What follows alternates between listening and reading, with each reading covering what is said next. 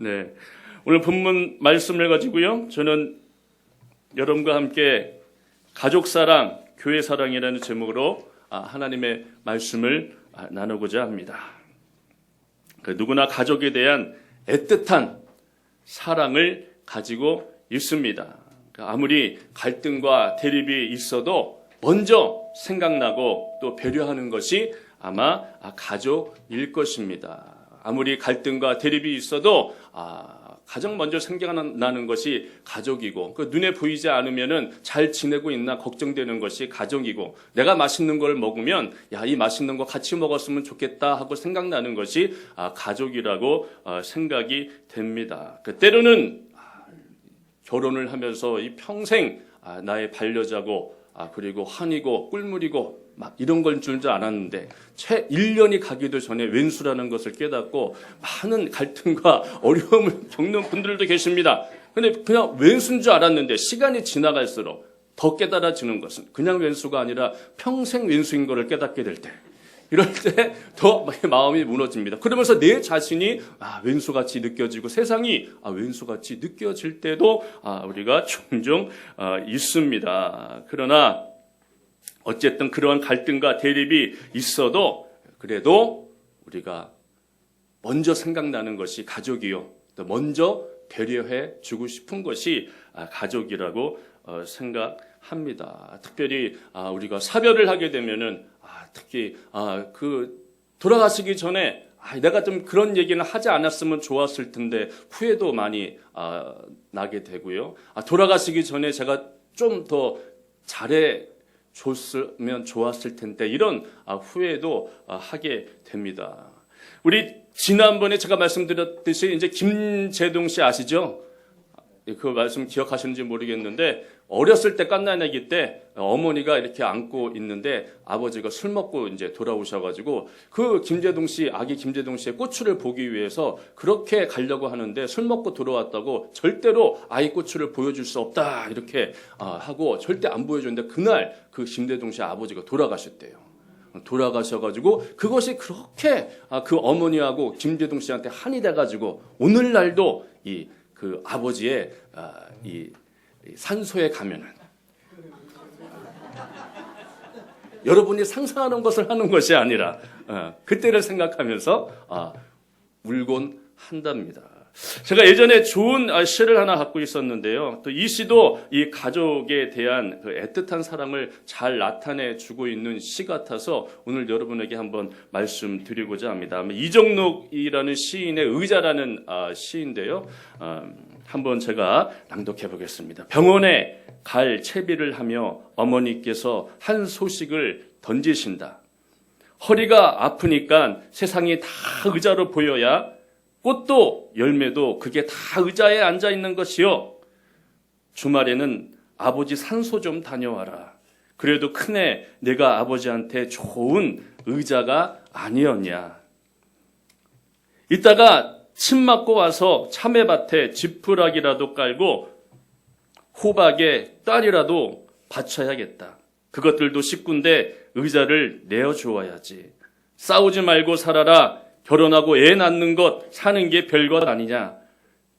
그늘 좋고 풍경 좋은 데다가 의자 몇 개 내놓는 것이요 라는 시입니다. 저만 감동을 받은 것 같아요. 여러분 전혀 감동을 받는 것 같지가 않습니다. 하여튼 우리가 가족에 대한 애틋한 사랑을 갖고 있습니다. 그래서 부모님은 항상 자식을 볼 때 약간 짠한 마음이 있습니다. 오래전에 조인성이 나오는 화장품 광고가 있었습니다. 그 광고에 2주만 바르면 조인성같이 된다라는 그러한 유사한 문구가 있어가지고 제가 없는 살림에 그 화장품을 사가지고 바르기 시작했습니다. 또 거기 댓글에 달려있는 거 보니까는 헐 대박 진짜임 실화임 막 이런 것이 막 올라요. 밑에다 정말로 이 발랐는데 2주 전과 2주 후에 이 모습이 달려있는 거예요. 그게 사실인지는 모르겠어요. 그래서 그거를 제가 어떻게든 구입을 해가지고 2주 동안 열심히 발랐습니다. 2주 동안 열심히 바르고 2주가 되는 날 저희 어머니가 저를 가만히 보시더니 야, 너 얼굴에 뭐 좀 발라야 되겠다 이렇게. 말씀을 하셨어요. 저희 어머니는 아무리 제 얼굴에서 광채가 나고 제가 조인성같이 변해 있어도 저희 어머니는 무조건 짠해요. 짠해. 어떻게 해요? 짠해요. 짠해. 그래서 그런 말씀을 하십니다. 어렸을 때는 쉽게 잘 모욕을 하지 않죠. 그래서 오랫동안 모욕하지 않다가 이 큰 마음 먹고 모욕하고 돌아오면 저희 어머니가 가만히 제 얼굴을 쳐다보시면서 하시는 말씀이 있습니다. 야, 너 얼굴 좀 씻고 다녀라. 이렇게 말씀을 하실 때가 있습니다. 또 제가 한 3kg 정도 불어가지고 막 살 때문에 막 고생하고 있는데 어머니가 와가지고 너 왜 이렇게 살이 빠졌냐고. 왜 이렇게 살이 빠져? 왜 이렇게 헬쑥해 보이냐고 막 이렇게 말씀하실 때가 있어요. 그래서 야, 다른 사람하고 우리 어머니하고 이 멘트가 다르다. 왜 그런가 생각해 봤더니 무엇 때문에 그래요? 자식이기 때문에, 가족이기 때문에 뭐예요? 짠해요, 짠해. 짠한 마음으로 보니까는 남들이 보는 것과 본인이 보는 것이 많이 다른 것입니다. 우리 빌 그레암 목사님을 잘 압니다. 수억 명에게 복음을 전하고 뿐만 아니라 수많은 사람들을 예수께로 인도한 아주 위대한 목사님이시죠. 그 목사님의 사모님 루스 그레암이라는 사모님이 계십니다. 그 전기를 잠깐 봤더니 루스 그레암 이 사모님에게 기자가 와가지고 이렇게 물었답니다. 사모님은 저렇게 위대한 목사님을 남편으로 두고 한평생을 살았는데 저 목사님하고 살 때 이혼할 생각이 전혀 없었습니까? 이렇게 물어보니까 이 루스 그레암 이 사모님이 네버라고 하죠. 네버. 절대로 없었다고. 절대로 없었는데 내가 죽이고 싶은 일은 몇 번 있었다고. 그렇게 인터뷰했다라는 그 자서전이 나온 것을 볼 수가 있습니다. 어느 날은 이 빌 그레암 목사님하고 루스 그레암 이 사모님하고 둘이 차를 타고 이렇게 쭉 가고 있는데, 글쎄, 예전에 알고 있었던 그 도리어연에는 이제 도로 공사가 진행 중에 있었습니다. 그래서 두 사람이, 그곳에 도로 공사가 계속되면 가지 못하니까 돌아가서 가려고 하는데, 그 공사하는데 표지판이 크게 하나 보이는데, 거기에 No Construction이라고 되어 있었어요. 그리고 Thank you for your patience라고 기록되어서 있습니다. 그러니까 뭐예요? No construction. 공사가 끝났다는 것이에요.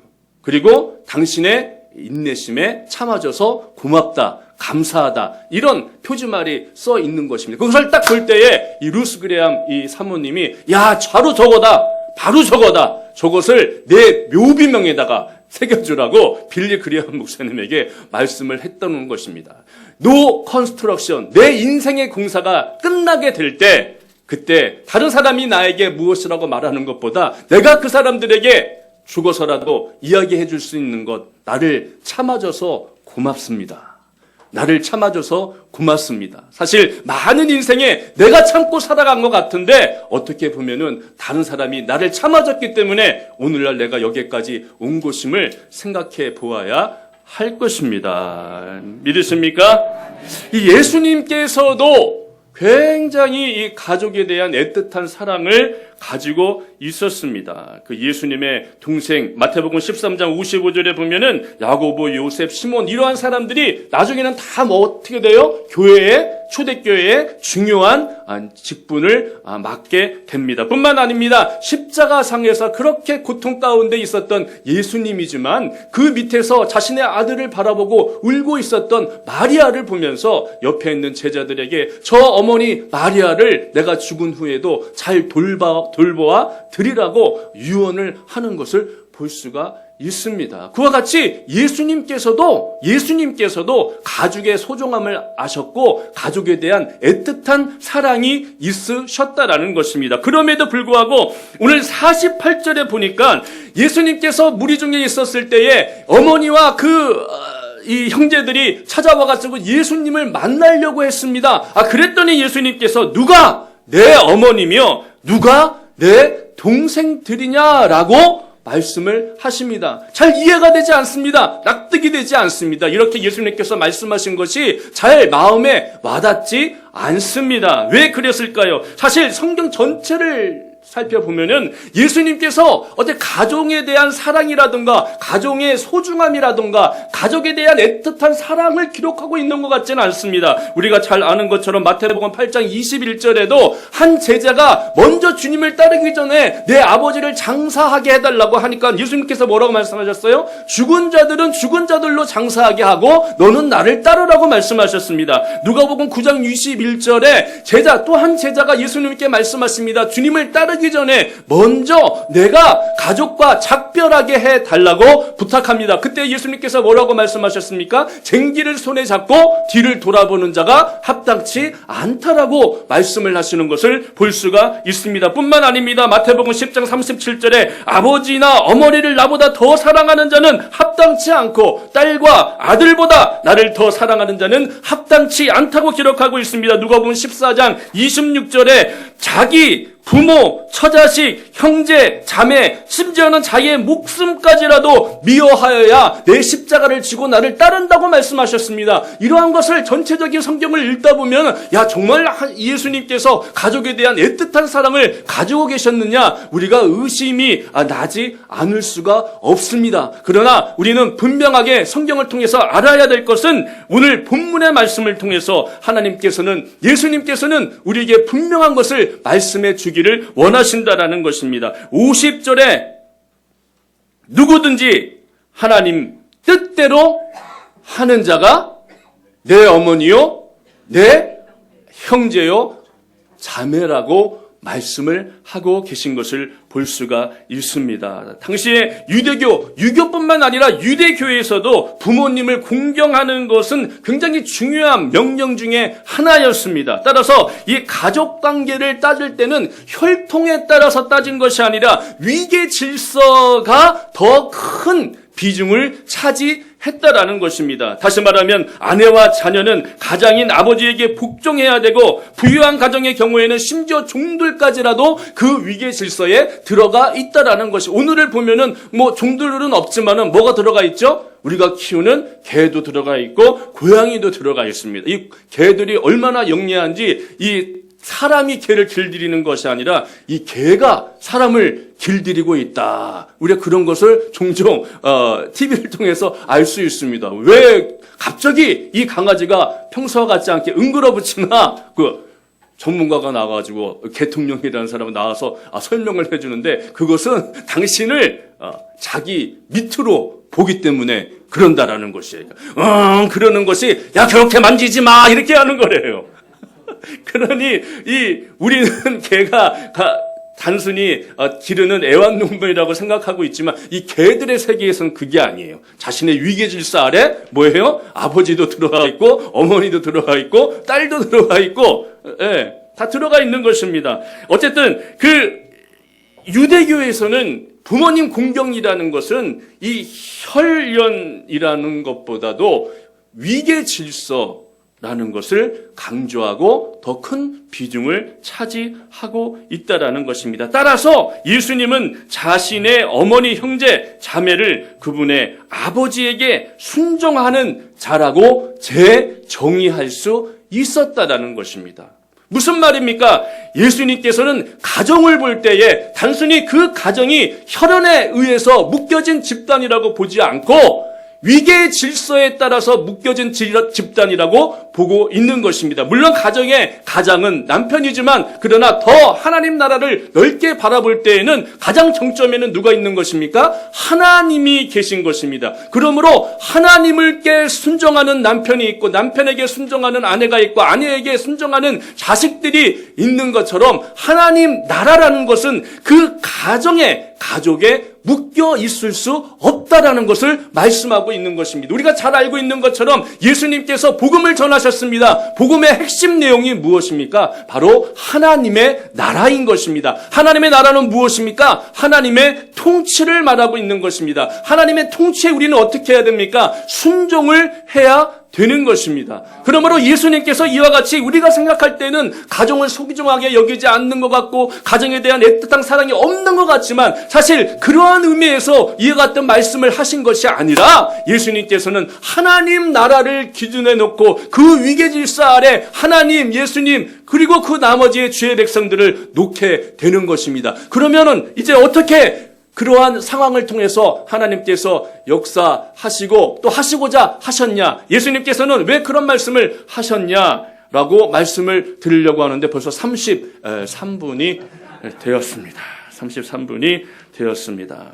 결과적으로는 이 가족 사랑이라는 것, 혈연으로 뭉쳐져 있는 사랑이라는 것은 이 가족과 그리고 타인과를 분리를 해 놓기 때문에 거의 10중 8구 가족의 애틋한 사랑으로 끝나는 것이 아니라 그 가족의 애틋한 사랑이 가족의 이기주의로 빠지게 되고 이 배타적인 장벽을 치게 되는 것입니다.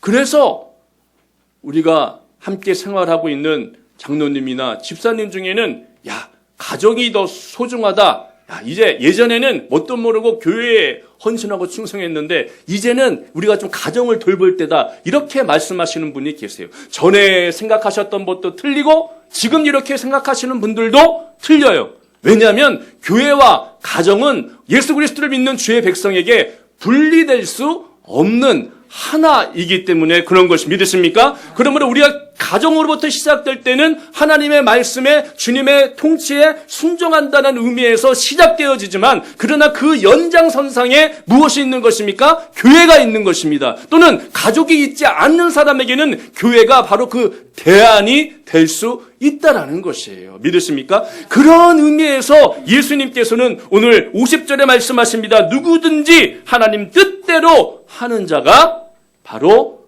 내 부모요, 형제요, 자매라고 말씀하시는 것입니다. 우리가 가족 사랑이 따로 있고 교회 사랑이 따로 있는 것이 아닌 것입니다. 믿으십니까? 우리가 교회, 가족의 사랑이 결국에는 하나님 나라의 큰 범주 안에서 그것이 연장되어서 교회의 사랑이 되어야 될 줄 믿으시길 바라겠습니다. 교회가 가정이 되어야 되고 가정이 교회가 되어야 될 줄 믿으시기를 예수님의 이름으로 축원드리겠습니다.